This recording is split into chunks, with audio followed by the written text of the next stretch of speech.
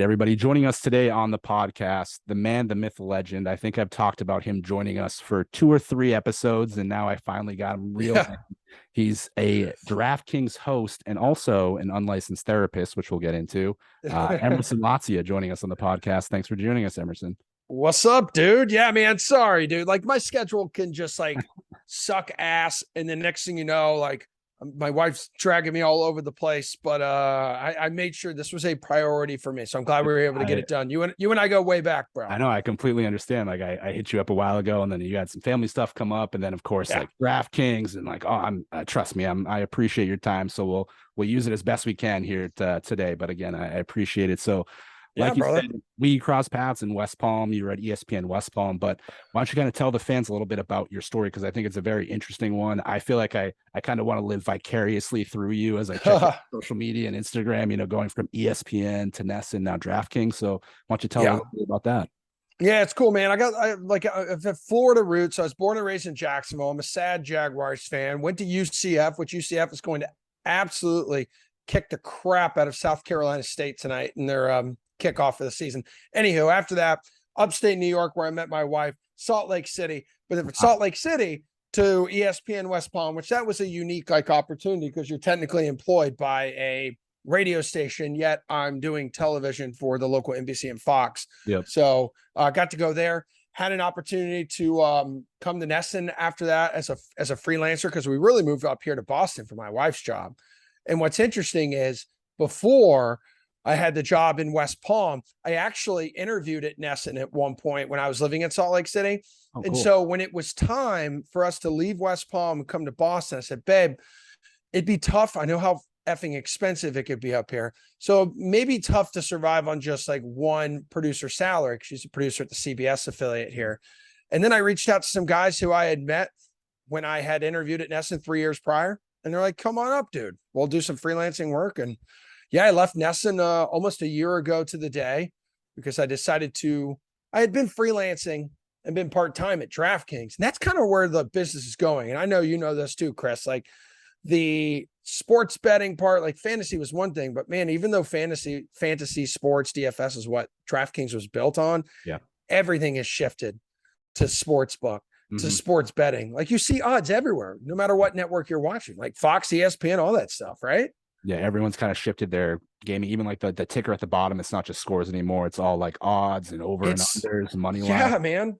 It's because it's money, dude. And it's honestly, it's the next wave of money coming into these networks and even local stations. We advertise on plenty of local stations around the company or around the country. And we also do little hits for, I think, stations in Philly. Our football Sunday shows, which launch next week, is going to also be airing in Chicago because it's legal now in Illinois. We're all over the place, New York City. Yeah, it's really we got a lot of fun stuff coming down the pipe for football season. Very cool, very cool. Now, so before you guys went up to Mass from Florida for your wife's job, Emmy award-winning producer, by the way. Hell yeah, she is, man. You can see one of those trophies in the back. I don't know if you post this the video on YouTube, but anyone who's listening, yes, there are 2 trophies in this apartment. I am a legit trophy husband. There you go. That's what I am, dude. I had those coattails all the way to the top. Hell yeah, man. So did you guys have any ties to Mass before you guys moved up here, or was that your first time coming up? No, dude, it was our first time coming up. And so when we decided to take the plunge and said, okay, we're going to do this thing, we're going to take a risk with one of us only having a full-time job. We flew up here about a month before. And when we landed, at the time, I think the highs, it was in November or late November, early December. And the highs were in the 50s, right? And I was like, oh my God, it is cold as hell here. Yeah. But now when it's 50 degrees, I'm in shorts. I'm in a t-shirt. I'm sipping an iced coffee from Dunks, down the street. Yeah. It's amazing how much it's changed. I hate summer now. Summer is the worst season out of all 4. Summer rankings, the only right ones, and this is not up for debate. It goes fall, winter, spring, summer. Can't stand sweating anymore. I absolutely cannot.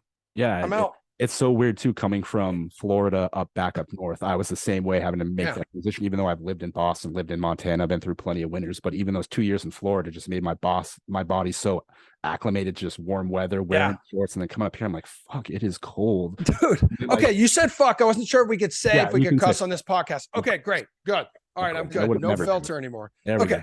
Yeah. So, but then one of the cool things though is like I felt like living in Florida, I was so accustomed to the humidity though, because like I came up to Boston one summer and my parents are like sweating. Everyone's like, God, it's so humid right now. And I can't feel a thing.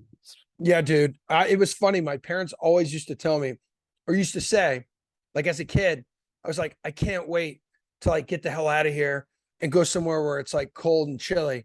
Mm-hmm. You know, my first job in upstate New York, ice and snow, and I'm like, this is great. I love it because I hate sweating when I'm not supposed to sweat. I love sweating when I'm like working out or walking around. I don't have like any work to do or any of that shit.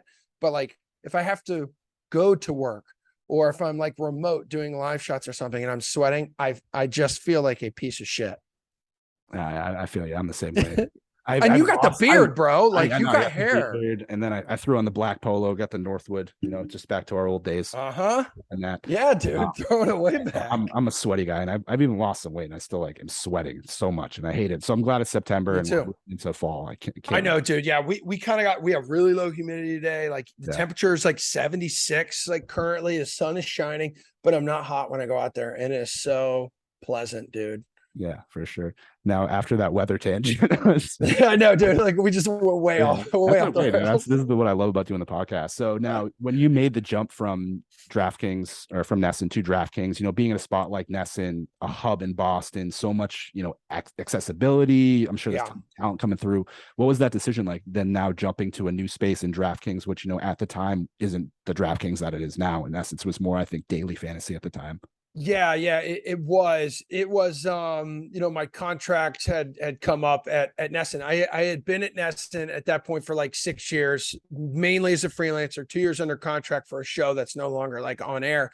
And then at that point, a year ago, I had been freelancing. I've basically been part-time at DraftKings. So I was working my first half of the day at DraftKings. And then at about 2:00 in the afternoon, I'd come home, I'd take the dogs out, maybe have lunch. I'd be on meetings for Nesson. I'd go into Nesson at night. I was working my fucking self into the ground. I was becoming a miserable person. It had nothing to do with like DraftKings, Nesson. It was just a lot of work, man. Like yourself. It really was. Cause I said to myself, oh man, I could like start making like, you know, a little extra money here. And with my wife and I with no kids, I said, let's just do it. But man, I will never, ever work for money, like do something just for the money, like ever again. And so I made the decision to leave Nesson. Said, I want to focus on one job and I want to focus on a job where the industry is going. Mm-hmm. Because even in like local sports is even like dying. We've heard that for years and it really is being phased out at like the local level. You see a lot of ratings for shows nationally like are down, except live sports. It's great. But you know what else has brought a boost to the industry is sports betting, as it's becoming like legal everywhere. Money's coming in again. Advertisers are popping back up on the national level, on our level, where we do a lot of shows that are just streamed.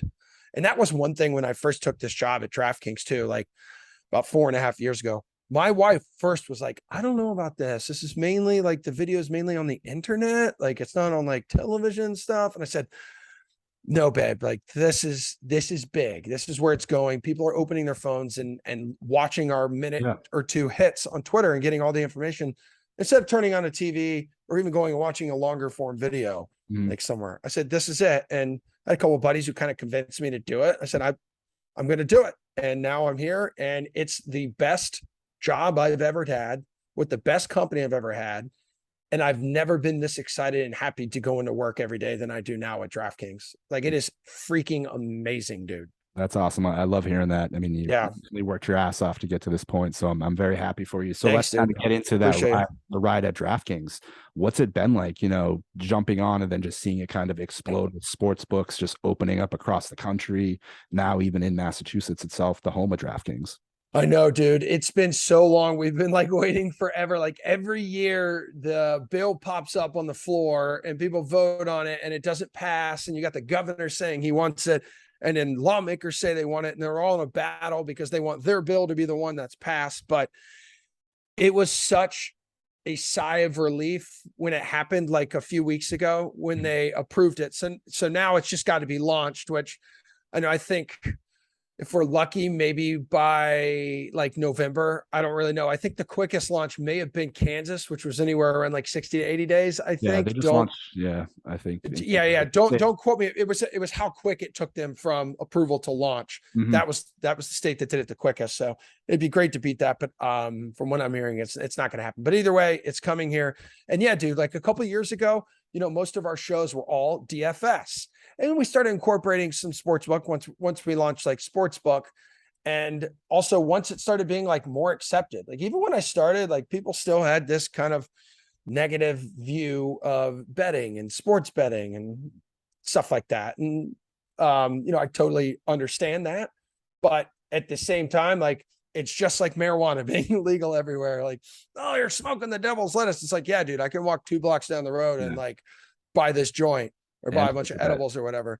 But it has been crazy to see how much our content has changed and how much sports betting is just driving it like left and right. And listen, we know there's a lot of people out there who know what they're doing. We like putting ourselves out there, giving you content, giving you a place to go in case, hey, you're a first time bettor. You're looking for some advice, maybe a direction.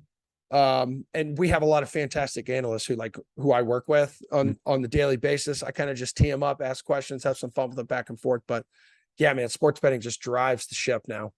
Yeah, I was watching the Sweat this morning, and one of your guys threw out the Seahawks winning the NFC West, and I was God, that's wow. Pierce Dietrich. He loves to all about the Seahawks today. It was like Rashad Penny, they're gonna win the NFC West. Pete Carroll's gonna get the coach of the year. Stirring the fucking pot. Pierce Dietrich is one of my favorite analysts because you know what? He doesn't just go with the flow. Yeah. He doesn't. Like, he is a contrarian son of a bitch. And that's why I really like him. But you know what he does? You're even going to be contrarian. You're going to be a little different. You got a couple numbers. You got a couple facts.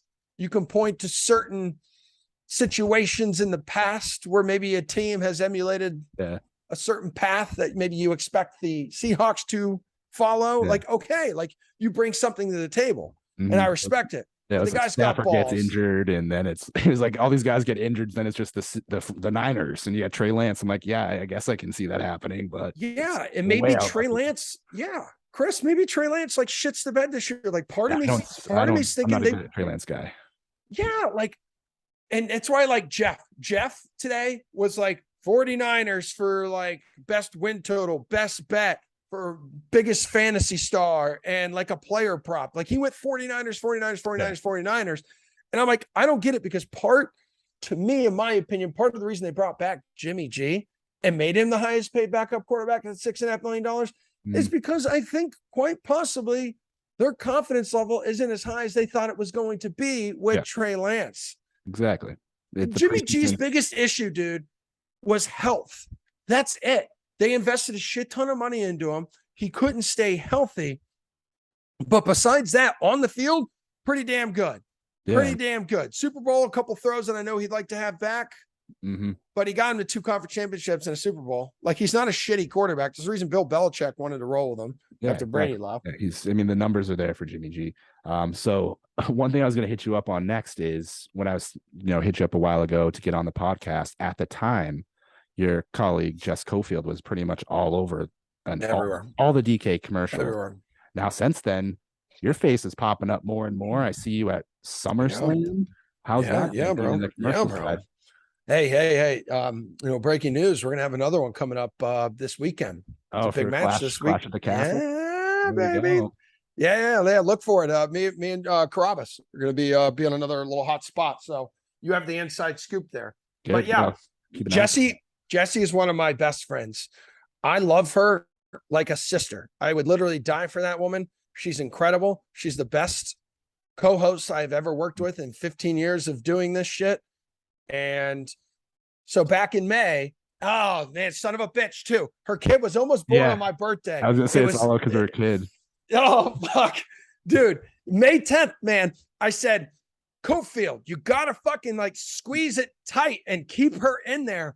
And she's like, don't worry, if we get to your birthday, May 10th, I have a scheduled C-section. Like, this bitch is coming out. And it was May 9th. She came out and I said, so you close. Son of a bitch, Vivian. And so for the past 3 months, she's basically been out like taking care of her kid, which obviously opened up the door for some more opportunities for me, which I'm very grateful for. I'm glad DK decided to throw me into that spot and trust me for some of those promos and stuff like that. So, the girl, our queen, our draft queen, as we like to call her, is back.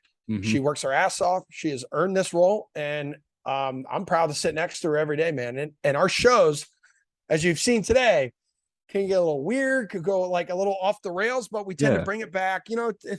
I hate this word because it's what they used to use at like Nesson, but it's infotainment. Like, we're going to give you information, but we're going to entertain like the hell out of you as well. And so having her back feels so good. It's like we're putting the band back together, like from Blues Brothers. And it is take. Yeah, man. It's awesome. Like, she was talking today just about like, hey, who are going to be the division winners? You're like, oh, NFL. Like, you're like, what are you talking about? Is it NFL, Jess? Just like little jabs like that. I love that shit. It's great. It's great. Yeah, man. We're but yeah, she's phenomenal. And like, my wife really loves her. When my wife really loves somebody, that makes life so much easier on me too. Happy wife, happy life. Right? it's like, that's like such a fucking overused cliche, but it really is true, dude. Like, that. Yep.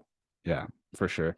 So one bonus you got for DK this year too is you got to go to your first All-Star game. Is that right? Oh yeah, dude. West Coast too. What an event. So what was that like? Okay, so like the event was cool. Like, we had a sick setup at this fan fest at it was like it was at the convention center in downtown LA. So a little, a few miles away, which, a few miles in LA could take like an hour, few hours away from the stadium. So it was really cool. Went out there. Not my first time in California, but first time in Southern Cal, because I've been to like wine country with my wife before. But yeah, LA was interesting. LA was certainly interesting. I think it was more of the part of LA that like we were in, because let me tell you what, the people I met out there were incredible. Dodgers fans immediately shot up into like top 5 fan bases. Like, for me, like, they're floating around like Cardinals fans, which I got to grow close to a lot of them, Chris, like, when we worked in West Palm and their spring training facility there. Palm Beach, so right. Yeah. It was, stadium's gorgeous too. What a facility. I actually really do like that stadium a lot, and the people who run that. I wonder if Mike Bauer's still out there like running that thing, but he was a fantastic guy working with him in West Palm. But yeah, LA was great. We basically set up this tent. Scotty's team set up this incredible tent, had this great backdrop. Looked like, we had lockers, baseball lockers, big screen. We got, Jared Carrabis, we got Mike Golick Jr. They came out. We did a lot of podcasts out there with them. We streamed a lot of games. So like, it's basically a bunch of bros sitting on a couch and like, you're watching us watch a game, and hopefully you have the game on your living room. So it kind of makes sense, like what the fuck we're talking about. Yeah. But yeah, man, ate a lot of Mexican food when I was out there too. Had a lot of margaritas, but then didn't get to do the home run derby, which if I had my choice, I would have gone home run derby over the game. Yeah. But then they came to us on Tuesday, and it was our last night there. And we had an early ass flight out Wednesday morning. And then Tom, my manager, comes up to some of us, is like, yo, we got like 3 extra tickets to the game. And all of us about an hour prior were like, yo, let's all pass out early tonight. We've had some long nights since we've been out here. Yeah. Like, we'll go to, I don't know, we'll go to a Smash Burger for like the 5th fucking time in like 6 days. We'll have a margarita and we'll go to bed early. He comes to us an hour later, says we have tickets, and we're like, fuck it, we're doing this. Yeah. It's like, I'm never going to be out here again, probably. Like, I have no idea. I've never been to a game before. Let's go watch some dudes hit some piss missiles and shit. I think it was like Goldschmidt. We saw hit like a home run. Yeah. And I forget who else. But yeah, went out there, got a little lubed up, had a great time. Now I can say I've done it, There you go. Yeah, check it off the list. Do you have any famous interactions while you're out there? Or you guys are strictly mostly just doing? Yeah. So like my role was mostly like, MC, and we didn't have any athletes. Unfortunately, we typically do at these events, Chris. We typically have athletes. Like when we go to the Super Bowl, we got guys like Josh Allen coming in. We have a lot of these dudes we have partnerships with.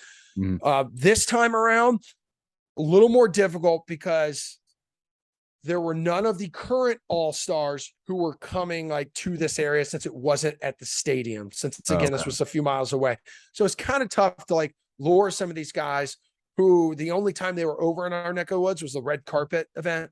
So like they walked the red carpet and they were talking to like Jared and the guys from the Baseball is Dead podcast. Yeah. And so we didn't get anyone in our tent. So basically the closest interactions, like for me, famous interactions, we're dealing with Jared and like Golick Jr. And those guys are on the team who I see every week, like anyway, but I love them to death. Yeah, Golick just he got to throw out the first pitch of the yard goats down the road from me. Yeah, I was gonna he did. I know you're a bobblehead guy. Did he hook you up with a bobblehead? No, he did not. And I didn't bring it up to him. I didn't want to make him feel like shit, but I will text him and I will ask him if he's got an extra bobblehead for me. I was not super impressed. And I told him this on air the other day. I was not super impressed with this first pitch. And even Carrabis called him out on this a little bit. Said, hey, you're not pitching from the mound. Like Carrabis got out there a few weeks ago for Red Sox Yankees. After his first he's on a super high right now. He still is. He still comes in. He's like, man, have you guys seen my first pitch? I'm like, yeah, bro. It was fucking like 2 months ago. Like, shut up. Like, shut up about it. But he threw like absolute heat down the pipe from the mound. Alex Cora as his catcher. Yep. And then Golick gets out there a couple nights ago, and based on like the video, you know, he's in front of the mound. Wasn't a whole lot of heat. You know, kind of looked like the Henry Rowengartner, like when he went to the loft pit, the floater. He went to the floater after he lost his fastball. He looks over the stands at his mom, and his mom, former softball player or whatever, is like, float it. He's like, fuck yeah. He floated it, and then they win the division. That was Golick's. That was Golick's first pitch. So now we talked a little bit about the content creation you guys have been doing at DK. Now you have your show daily mornings doing the sweat, and then how's that been kind of doing now a daily show? Like you said, I've enjoyed it. I love that it's just so super accessible. Just kind of hop on Twitter and just kind of chill. Yeah, it's like whatever, you know, whatever like people really want to make out of it, like they can or like take from it, I guess. Like we tend to hit on all of the big sports of the day. We're going to talk, man, it's going to be all effing football through football season, like for sure. We'll continue to hit on like baseball bets, but I love how like I'm such a big golf guy. Golf's become like a big part of the show, and we have a couple really great golf analysts with like Reed T. Fowler and Jeff Ulrich, and you know we have Pat Mayo on like a bigger platform in the DraftKings like community and stuff like that. But it really is fun. I love the time of the show. I love 11 a.m. to noon, and then we're very smart with like clipping up the show and pushing it out to like different partners. So like you can open up an article on like New York Post or Boston Globe, or it could be even like the Palm Beach Post, like down south. And it'll be like one of our videos that pops up for like a question. So like we do a really good job pushing that out. And now that we've added some of these bigger media personalities like Jared, like, you know, Golick Jr. and Golick Sr. And then, you know, let's not forget the Levitard show. Yep. You know, and that whole group is underneath the DraftKings umbrella now too. Nice. It's become such a fun show. And again, now that like Jesse is back, it's not stiff. Like as you like watch this morning, like it's very loose, but we do make sure that we give you very good advice from guys who know what the fuck they're talking about, because that's important to us. Like we don't want you to look at us as some joke and these guys don't know what the hell they're doing. No, these guys have been betting for a really long time or playing DFS for a very long time. There's the reason I call them like experts and professionals, because that's exactly like what they are. And they take their job very seriously too. So don't be sometimes fooled by like us having a very fun time. We are going to give you the best information like out there. Yeah. And that's the best way to do it, is like give that information up and make it fun. Like you don't want to just sit in a fucking lecture and you're just hearing like numbers, write them down, then go into the sports book, like, oh, they said to do this. Like that's not the fun. You want to hear the fun of it. And Chris, I'm going to give like our producers a lot of prop too, like with Tom Glennon, Matt Durgan, and like Andrew Johnson. Like those three put us in a position to succeed. Like a lot of these fun, creative ideas are from them. They're a lot from our analysts. Jesse and I get involved with a lot of these meetings as well. Like it's so like, it's so cheesy to kind of say it, but it is like this huge team effort, as it is like when I was at like ESPN West Palm with like Kelly Bidden, like behind the scenes, like, you know, it takes a lot of really smart motherfuckers behind the scenes to make us look good and to help us tee up our analysts and let them just blast it down the pipe. Yeah. So you talked a little bit about the clipping. One of those segments here, you've now become the unlicensed therapist for Jared Carrabis here as the Red Sox terrible 2022 season goes down the toilet here as we wind out the month. Now, what's that been like working with Jared, having these fun segments? I know you were a Section 10 fan when he was with Barstool back in the day. Yeah. I was myself. So what's that kind of been like having him now go from, a personality you enjoyed to now a coworker at DraftKings? Yeah, I was really lucky when I moved here, Chris, that there were guys like Steve Peralt and Jared Carrabis, two dudes that are obviously very respected in this city in terms of like sports circles. They kind of like, embraced me in a way, which really helped make the transition to coming to a market like this that isn't necessarily welcoming at first to outsiders. Yeah. Like I'm not from here. I didn't grow up here. I don't have like roots here. Now that we've been here like 7 years, I mean, it's totally fucking different.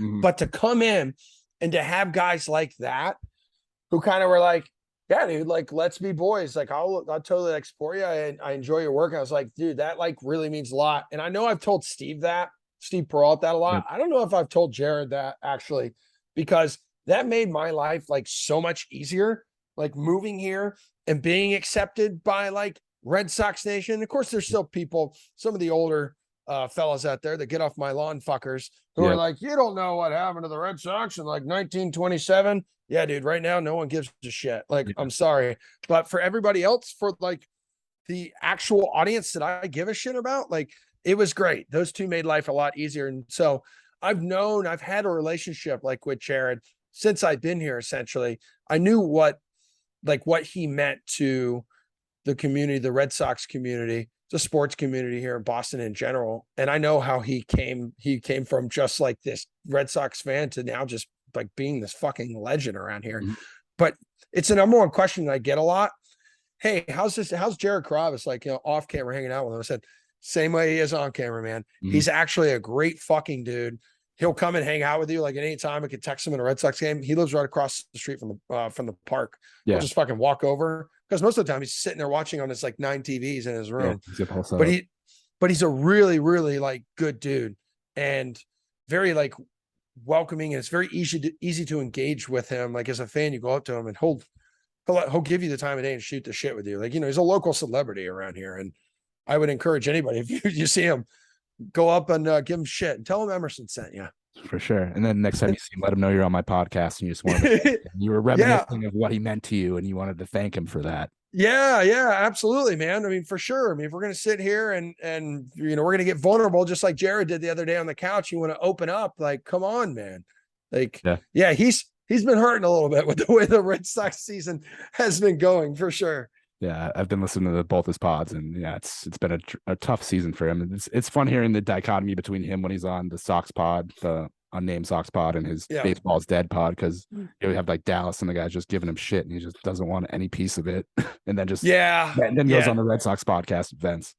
Yeah, because I mean those are all Red Sox guys with him. But yeah, dude, Dallas was so funny when we were out in LA too. That was the first time I had met him in person. So to see like Dallas just completely shitting on Jared and Jared not really having an answer back for it too, because I think like the Yankees like kicked the shit out of the Red Sox too in that series while we were out there.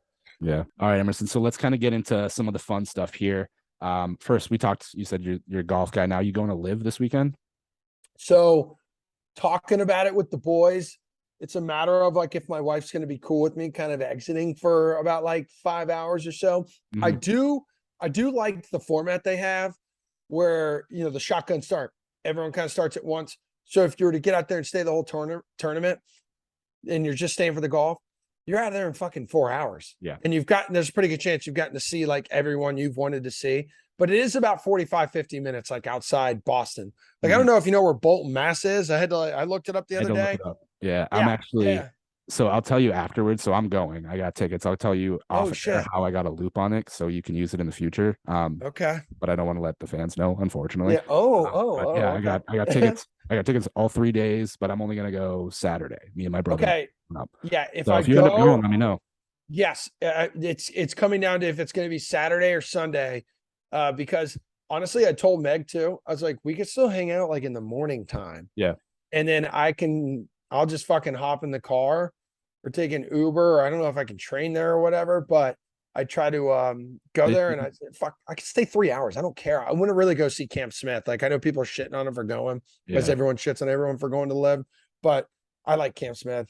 Good dude. He's a Jacksonville Beach guy. Mm-hmm. You know, it's out around where I grew up, so I'm all about it. Yeah, I'm excited. The field looks great too. And then yeah, they got the concert series, but I looked at the timing. So the gates open at 10. I think the shotgun's at 1:15. They said it's done by 6. So in your case, you'll be home by dinner. Yeah. Yeah, which is awesome. But like my problem is I go to like a tournament like this, you know, I'm gonna want to have a few bevies. Yeah. And it's like I can't come home. I can't come home too shit faced. And the wife's gonna be like, what the fuck's this about? It's live, baby. It's live. I know, dude. I said, let me ... dramatic pause, live. Exactly. And it's a content world. I'm going there for content. Okay. All right. Well, good for you. I was gonna go there just well, I mean, I'm gonna watch golf, but I'm gonna try to make some content out of it at least. Okay. For sure. And you know what? They probably won't complain about that. They probably won't. Now they like that.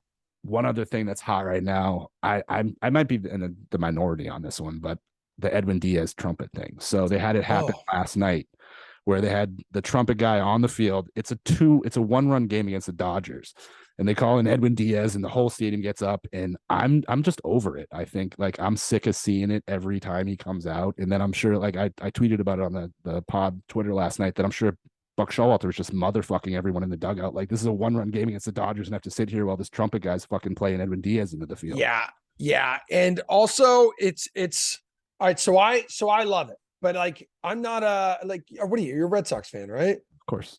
Okay. All right. Just making sure.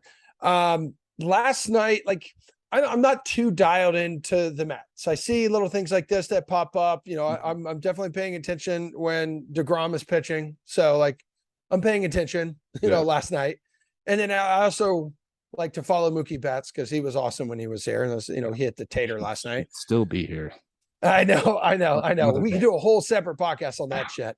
But last night I was like, all right, this is kind of fucking cool. And like, as a non-Mets fan and a guy who wants baseball to be a little more exciting, a little more sexy, I'm like, okay, do this shit like in October. Let's fucking go, man. Like I am all about doing things that piss old fuckers off, because that means that's what this generation like wants. That's what this generation needs. But you're also risking, if he fucking blows that game, you look so stupid. So terrible. You look like a dildo for doing that. And yeah, Buck Showalter, like, did you see when he sat down for his presser? He like gets there, he pulls the chair back, you know, it's like 10 seconds of silence, and he's just like, that was fun. No, so yeah. I wish they had a camera on him, because they have like, and the one they put up. I mean, I'm just sick of it. Like I liked it when it first came out, but I've just been inundated with it on social media. Like it's nonstop. I feel like I see it. Okay. They had like an 8-camera shoot last week when he came out. Okay, so that was was last week like the first time it happened? It was like a week or two ago was the first time it happened. Okay. It might have been happening, but that was when it blew up on Twitter. It was about a week or two ago. Yeah. So I think last night then, because I think he tweeted out like the night before talking about this Timmy trumpet guy, which I have no idea. He's like a DJ or something. From the UK, I think. Okay. So he had tweeted out like the night before. So like Tuesday night, then he's like, hey, like round 2, like tomorrow. So people expected him to be there, but I missed it when it was like a week or two ago. So last night for me, the first time seeing him, said, ooh, I like this shit, but I could definitely see how it could get old. And I have seen people talking about Diaz and like his entrance music, you know, kind of reminds you of like, you know, Major League. Yeah, it was fun to start, but like the first one, when he did it the first time, I was like, oh, this is really cool. Then the second time he did it, there was like 8 cameras on this bunch on the fans in the dugout running out.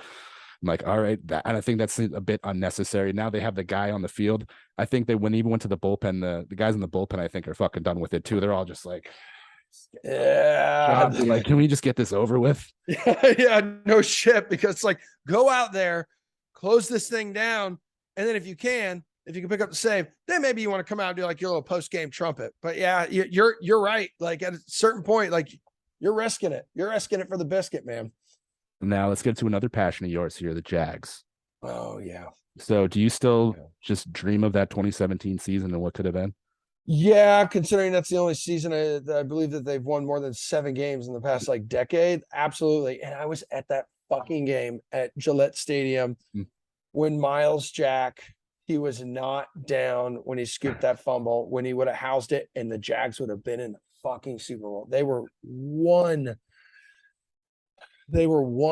play away from going to the fucking Super Bowl. And I'm telling you, they would have beaten the Eagles that year. Yeah, I know. It's one of those what could have been stories. If you know, dude, with that defense, they're shutting down Nick Foles and the Eagles. They are. And also, Doug Marrone didn't keep his fucking foot on the gas in the second half. You kind of clenched your cheeks a little too tight. And it's like, bro, you're playing against the greatest quarterback to ever play the game. Like, you can't do that. But I am happy.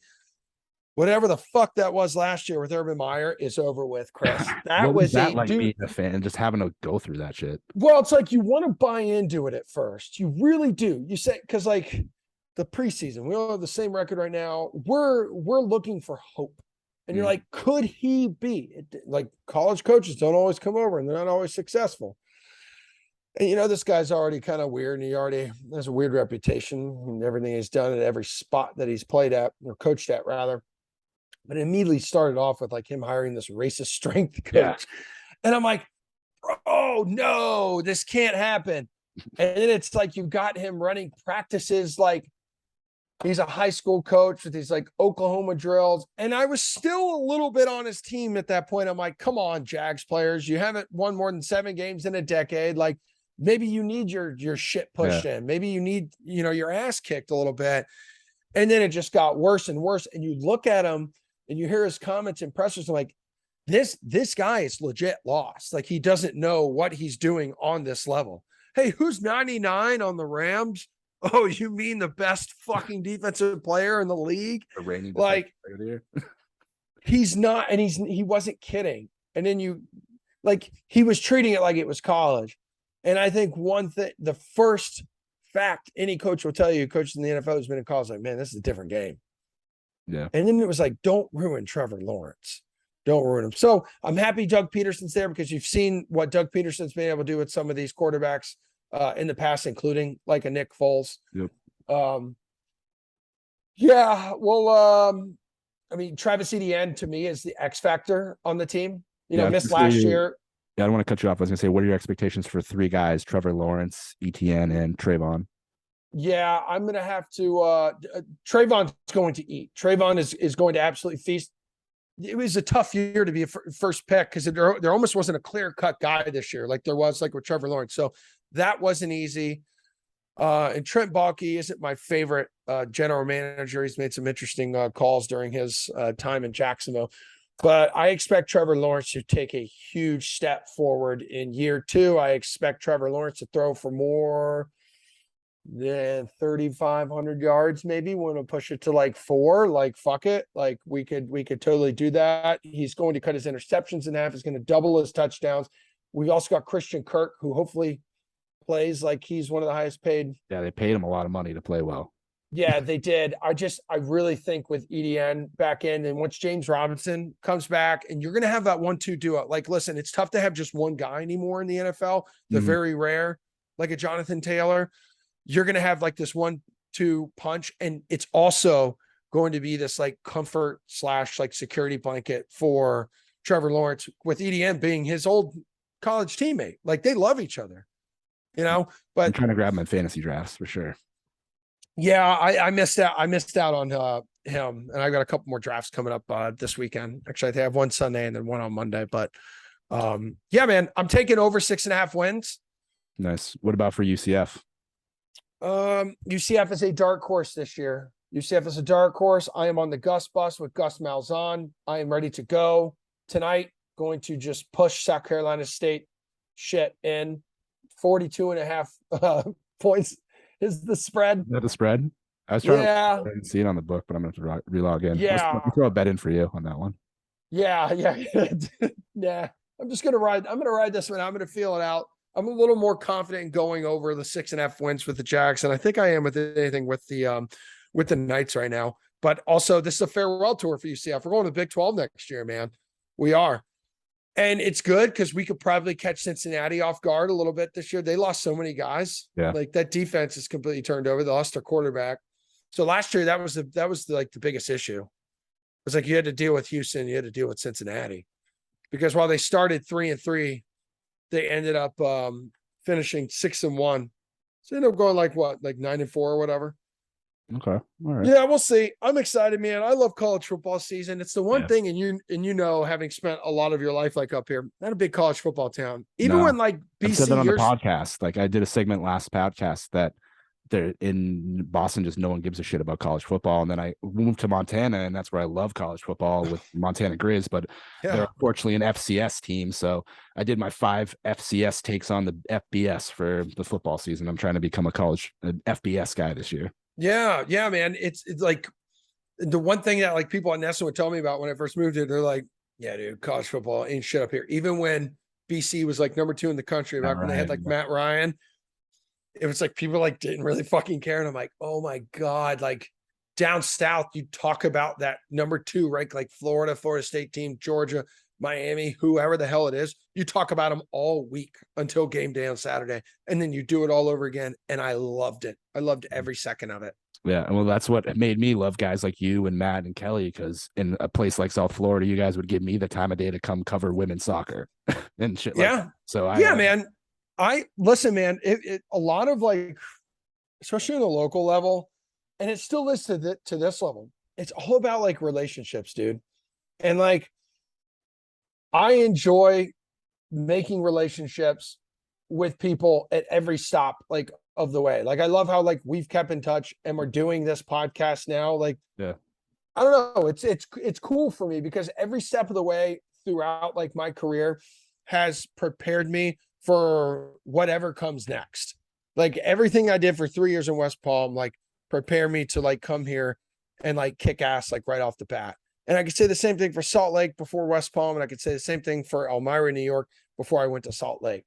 And sometimes, and this is advice that I give to kids who really want to get out of like college and really want to get to like a certain place, certain market, and it's not happening and they're getting discouraged and they're losing motivation. I say sometimes in my career, the best thing, the number one thing that I wanted, like at that time, was the best thing that ever happened to me. Like there's nothing I wanted more than that Nesson job when I was preparing to leave Salt Lake City.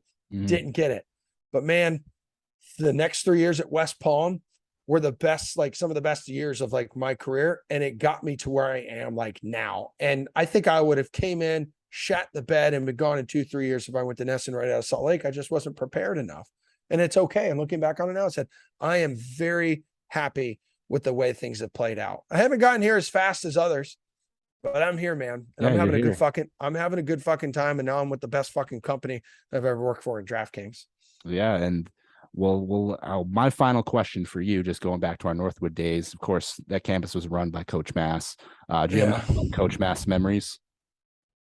I mean, literally every interview I did with him. Yeah. Like every interview I did with Roley was the funniest and best interview that I did like that week. That guy, because at that point he had already won a national championship, but like he was still a legend in the game, you know? Yeah. And I think he still coached like he did back when he was in his heyday. Like that was like in his blood. I always said to like Kelly Bidlin, like old producer, who now is technically a teammate of mine at DraftKings since DraftKings bought VSiN. But he's out in Vegas living the life. Yeah. But I'm like, that guy, I was like, that guy's he's just gonna die on the sideline one day. Like he just loves basketball so much. But his fucking sense of humor was something that I will always remember. And even after like a shitty game, a guy who always gave me the time of day. Yep. And that I appreciated because that does not always happen with these coaches and athletes, no matter what level it's at. And I'm like, here's a guy who's been on top of his sport before. And it was really cool for me. Like I didn't grow up the biggest college basketball fan, but as I got more into the business and I started embracing it and loving the sport more, I said, wow, it's pretty fucking cool to see this legend be this close to him. He was just a total family guy. Like that was my first spot as a sports information, brand new to the field, first spot, and he just took me under his wing. And like the guys are like, I don't know what it is, just coach just embrace you out of the gates. Like there was no resistance, and it was great. Like you said about networking, like without him, I wouldn't be doing what I'm doing. Like man, it's completely different. But just the people I've met, just I got to go to sit on the sideline at Kentucky. I met Tom Izzo at Michigan State, and just like crazy shit, just because I have this relationship with Coach Mass and got to meet you, and now we're on the podcast. So yeah, dude, this is like awesome. Like Rolly is a guy like you could like, especially like you, man, like you're traveling around, you drop his name that you worked with him like for a while, like coaches are gonna be like, oh fuck, all right, let's take like care of this guy. Like he was so well respected, like amongst like his peers and everybody in the business industry. And I remember sometimes we'd come over, we weren't having practices, but like you'd help us set up like an interview. We're just walking like an empty gym. Guy just trots on out. Hey, quick little like interview. Let's talk about like this, that, and whatever. He would talk about national stories for us. So yeah, man, he was fucking awesome. Yeah. Well, Emerson, I know you got to get going. You're on to, busy day, but thank you for your time today. Let's get the plugs out there where people can see you and hear you. Yeah. What you gotta do. Yeah, dude. Follow me on Twitter, Emerson Lotzia, Instagram, _Emerson, Emerson Lotzia on TikTok, all that fun shit, man. I'm pretty now, huh? Yeah, what I've started doing is we have this great dude on our team, Howie, who puts a lot of these like TikTok, like vertical TikTok videos in that also could be used as like reels on Instagram. Yeah. Because I am not as smart to like clip things up and blend everything together and that shit. But yeah, just posting a lot of like some of our betting segments and stuff in there. It's nothing crazy. I probably have like 100 followers. It is what it is. But at least I could say I'm on there. Yeah, well, I'll check out some of your stuff for sure. The wife's always watching TikTok. I haven't dabbled into it. She's talking. Yeah, I'm hearing about is this corn kid right now this week. Yeah, man. And that's my wife too. Like I go to bed like early when I don't have to like be up late for shows and shit. Like I'll be in bed with my dogs by like 9:30 or like 10 o'clock. And then she stays out here ripping through reels and TikToks for like 2 hours. Sometimes I get up, take a fucking piss at like 12:30 in the morning, and she's out here just still doing her thing. And I'm like, go to bed, man. Yeah, I'm like, I'm heading up, or like, hey, I'm gonna go inside. Yeah, I'm right behind you. And then it's like 45 minutes later. I'm like, did you get stuck? Like, what's going on? Yeah. Oh God, man. But whatever, dude. Yeah, it's the way our business is going. Like you gotta kind of be on there having some kind of like footprint or doing something on there. Otherwise, we're gonna be left behind. It's my only complaint about the business. It's like we've got to be on our phones all the time, following shit, posting shit. And it's like, damn, I just want to unplug and hang out. So that's why when we were talking the other day, we were gonna shoot this at night. Yeah. I was like, I do try to make an effort at night to like spend time with Meg and the dogs and stuff like that. So, it is what it is, bro. Watching lately, anything good? You guys watching the new House of Dragons? Yeah. Watching the shit out of that. I love it, man. Dude, I really do. So good, but I learned something this week. Like Barstool put some content out that like talked about the show, and I'm just like, I hate this thing that's going to happen on the show. I don't want to spoil it for you if you don't know it, but it's just like wait. So is it about what's already aired? So it's about what's going to happen this season. It's not like anything major, but it's like something that's going to happen with the storyline. Okay, yeah, I may have read the same blog, but I also don't absorb information great. So don't tell me because I have such a childish like mind where I just want to be entertained. So like people shit on season 8 of Game of Thrones, and I'm like, yeah. It was like I saw dragons and people being stabbed and White Walkers. I was like, I was entertained. Yeah, no, I loved Game of Thrones. Season 8 was a rough watch though compared to, but it's such like a high bar that they had set. It's like there was no way it was ever going to live up to it. Yeah. And then we just got done. Also, we banged out Succession. Oh, see, we started that, but I fell off. We started. Yeah, it's slow at first, dude. It's really slow. You got to battle through some slow seasons, but it's got this dry humor, and they love to say the word fuck. Yeah. So I'm all about it. Then I had to finish Peaky Blinders. Okay, so I'm through like 3 seasons. I've been out of the game for like 2 years. So since they put out 4 or 5, did they just put out 6? Yeah, they just put out 6, and then the movie's coming out in like a year or 2, I guess. So that's what I got to pick up. So I did 1, 2, and 3, and I know how 4.